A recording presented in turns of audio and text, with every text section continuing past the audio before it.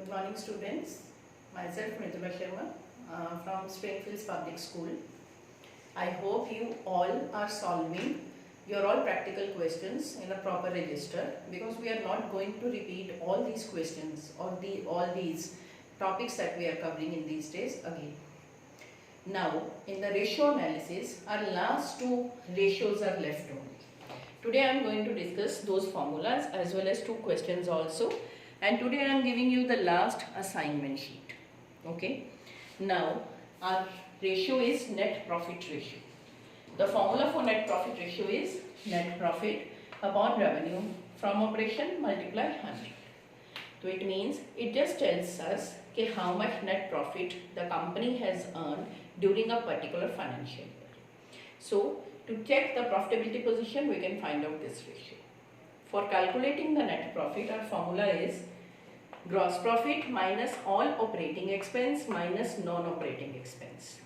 Here I want to explain what is the difference between operating and non-operating expense. Operating expense means all the expenses which are incurred in the normal course of business, just like employees benefit expense, administration, selling, distribution expenses, depreciation, interest on short-term loans and all that. Non-operating expenses they are not in the normal course of business. For example, charity, donation, interest on long-term loans are there, and further taxes there. So all these are treated under non-operating. And while calculating this ratio, we have to add all the operating as well as non-operating incomes in this. So I have taken one question also. Here GP ratio is given 25, GP percentage 25% is given. Indirect expenses are given. This is question number 107. Cash revenue 5 lakh is given and credit revenue is 90% of the total revenue, and we have to find out the net profit ratio. Now here in this question, total revenue is not given. Because our formula is here, we have to consider the total revenue, cash plus credit, and net profit multiply 100. Now in this question, cash revenue 5 lakh given and credit revenue is 90% of the total revenue. So I'll start the question. Let total revenue 100.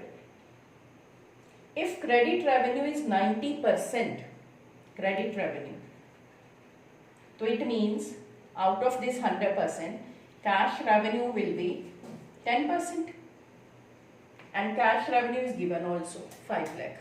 So if cash revenue 10%, then total revenue 100. If 100 upon 10, and if 5 lakh this value is given, cash revenue, how much will be the total revenue? It comes to be 50 lakh. So it means total revenue 50 lakh. Now how to calculate? Our GP is given 25%, NP. Now here in this question, when the GP is given 25%, it is always on the revenue. So it means how much GP will be there? 25%.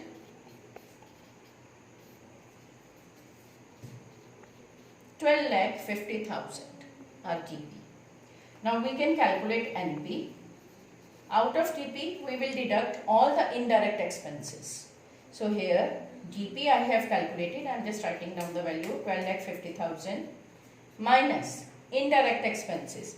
Indirect expenses are 1,50,000. So our NP will be 11 lakh. Now in this question, we have already calculated our NP also and the total revenue also. Now we can apply the formula by putting all the values.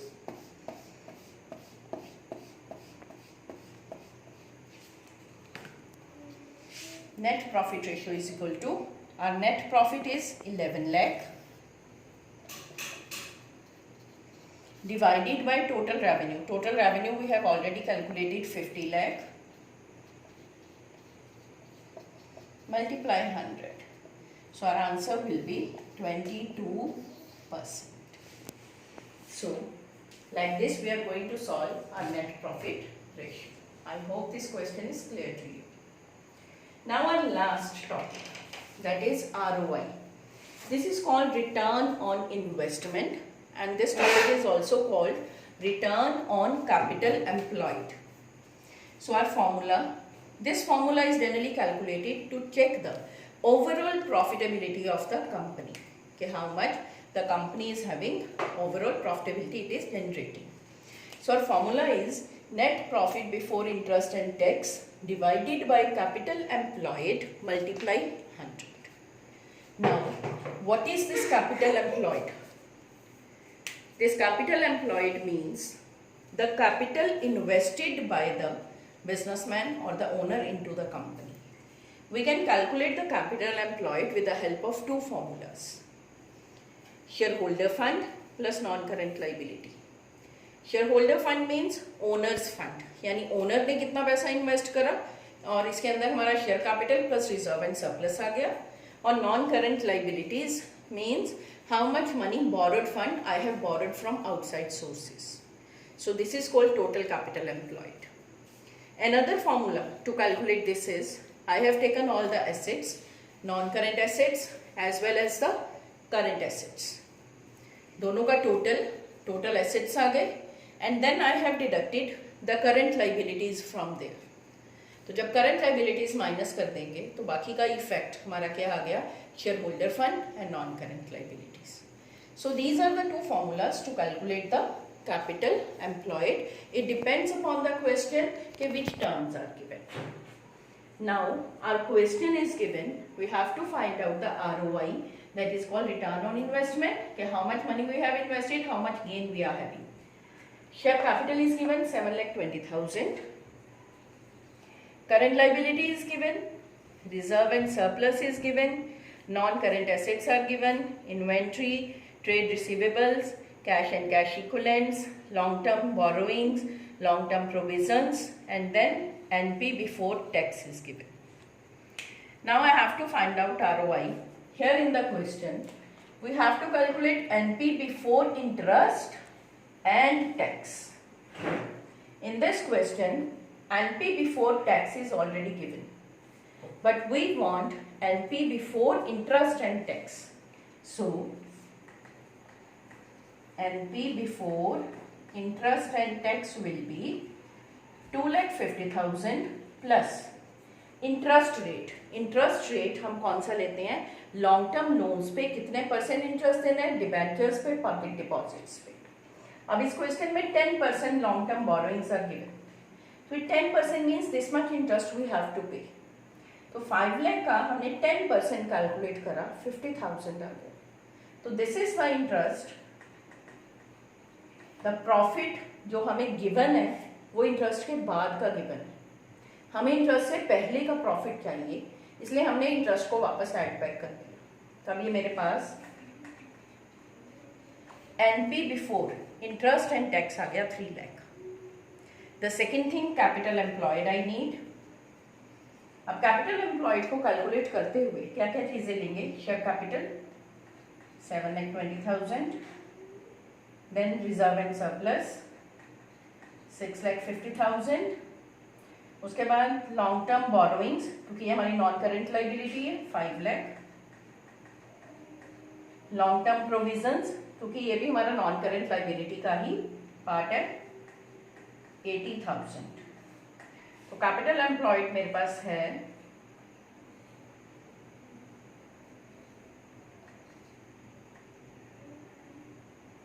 19,50,000.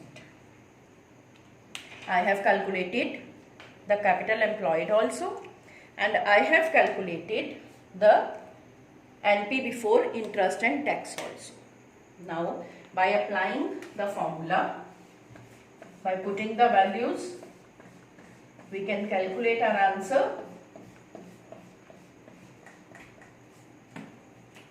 ROI is equal to NP before interest and tax, this is 3 lakh, divided by capital employed.